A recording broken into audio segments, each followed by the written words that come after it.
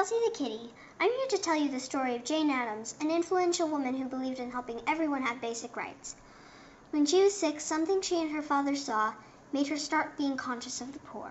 Jane was brought up in a loving religious home and was taught good values from the start. Why does that man over there live in that tiny ruined house? Can't he just get a nice, fancy, rich one like we have? Most people don't live like us. He probably doesn't have enough money for a better house. Someday when I grow up, I'll live right in the middle of awful tiny houses like that and help the poor people. Jane's father instructed her in how to be a good girl. When she was young, she told a lie and felt so guilty she couldn't sleep. Then she went to her father and confessed. He said he was glad she was honest enough to feel bad. She carried the values she was taught into adulthood. When Jane Addams was a young woman, her father died. He had been a very important figure in her life. She no longer had her studies to interest her after she finished school. Then she went on a trip to Europe with Ellen Gates Starr and some other friends, whereby she found new meaning. Jane always noticed the ubiquitous poor. Fruit for sale, fresh fruit, rotten fruit. We have a halfpenny. Please let us take a few rotten fruits. All right, 1 rotten fruit for each of you. This is wrong and awful. I agree. Jane, after going back to America, came to Europe a second time and toured Toynbee Hall, a settlement house where the poor and rich lived together. That was her inspiration for the settlement house she would soon build. Toynbee Hall was a revolutionary place, not bound by class restrictions like most of England where it was located. Rich volunteers and poor citizens could now learn from each other, and was the best inspiring idea for Jane. When Jane Addams went back to America for the second time, she acquired a large grand house in Chicago on September 18, 1889, from a woman named Helen Culver. Helen Culver was a public benefactor and a generous woman. She gave Jane hundreds of thousands of dollars. It started Hull House off very well, and she donated the building that would become Jane Addams' settlement house. The house was right in the middle of awful tiny houses in a terrible neighborhood. There were great rifts between little immigrant enclaves, including Italians, Greeks, Germans, and more. The people in these communities were poor and lacked adequate food, water, or shelter. They were socially far apart, living in ignorance of each other. Children worked in dangerous factories instead of going to school, living a life full of drudgery. There was garbage in the streets. Jane's social work was cut out for her as she tried to help the people have rights, adequate food, drink, shelter, joy, and knowledge. Jane also pledged her support to various other causes such as women's suffrage, helping women to vote. She hoped for peace and brotherhood between countries. She took a stand for every person whose rights were being undermined. She tried to help the immigrants come together. This house was given to me by my cousin, Charles Hull. Can I rent it? Of course. A while later, I just learned that you're using this edifice as a settlement house. I admire what you're doing, and I don't think you should pay rent. I'm donating the house to your cause, and I am donating money too. Thank you so much. I'll call it Hull House after your cousin.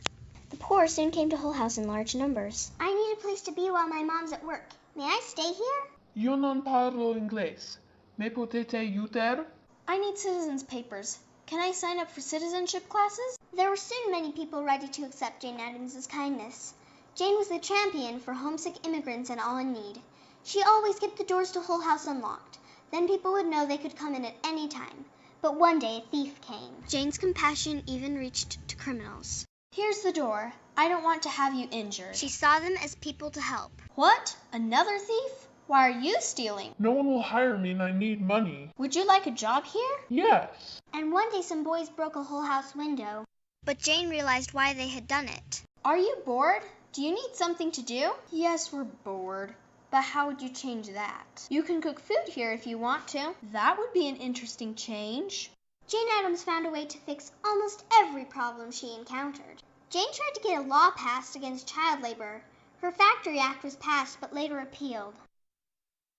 Jane, the Illinois Factory Act was just passed. Great! That'll help the children. Sorry, but the Factory Act has now been repealed. That's too bad, but I will try to make a court for children so they will no longer be dealt with in court as if they were grown. Kids whose parents had to work long hours found themselves treated to school classes made by Jane Addams. Those who had jobs during the school day could have afternoon school. Jane Addams also made a playground, a public bath, a theater, and more. Jane listened to old women share their stories. She was a benefit to many. Once, Hull House was rumored to have a devil baby. I was approached by people asking if they could see it, or even pay to see it. I had no devil baby, but people kept coming. The rumor even made a newspaper. Eventually it died down, but not after I had to tell many people who would pay to see it that there was no such thing. Rumors spread like wildfire. But there was a serious side to Hull House as well. A woman whose husband had beaten her because she lost her wedding ring needed refuge. Jane Addams ensured that everyone had what they needed at Hull House and kept some rooms in Hull House specifically for women in need to stay in for short periods of time. I reached my childhood dream, living in the middle of awful tiny houses and helping the poor. But wait, there's still more. Jane was opposed to war and was denounced for it. People also didn't like her because she went against the grain by being close friends with immigrants and by wanting votes for women. And since she always sympathized with both sides, neither side as a whole trusted her. Today's paper. Jane Addams, the most dangerous woman in America. Jane Addams, possibly socialist. Might be an anarchist. Maybe she's both. This makes me feel so bad, but I love peace. Men need to abstain from the gains of oppression, as I said in Newer Ideals of Peace. Maybe I should write to President Woodrow Wilson about not entering World War I. I need to keep my principle. We believe in real defense against real dangers, but not in a preposterous preparedness against hypothetical dangers. Whatever increase of war preparations we may make would compel poorer nations to imitate us. To enormously increase our fighting equipment would inevitably make all other nations fear instead of trust us. The United States might be granted the unique privilege of helping the war-worn world to a lasting peace. Repeated communications with the president failed to keep the United States out of the war.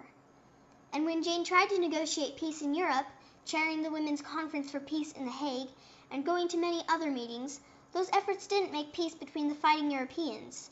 But after the war, people loved her and recognized her work. She was awarded the Nobel Peace Prize for her efforts.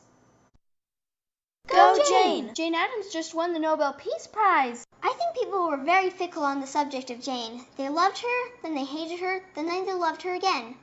Jane Addams met her end valued. She was always reaching for the next problem to solve until her time ran out.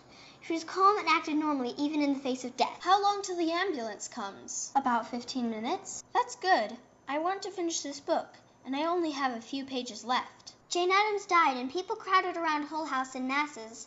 There are still some who doubt how much Jane helped, but she is acclaimed as a peace activist, and most of all for her social work.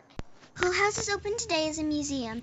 I contacted Kara Jeffs, collections assistant at Hull House, and Michael Ramirez, education assistant, and they gave me the links to some websites with information about Jane Addams. Since Jane helped immigrants and the poor, supported women's suffrage, and hoped and worked for peace and friendliness during a time of war, I think she took a significant stand for the rights of one and all.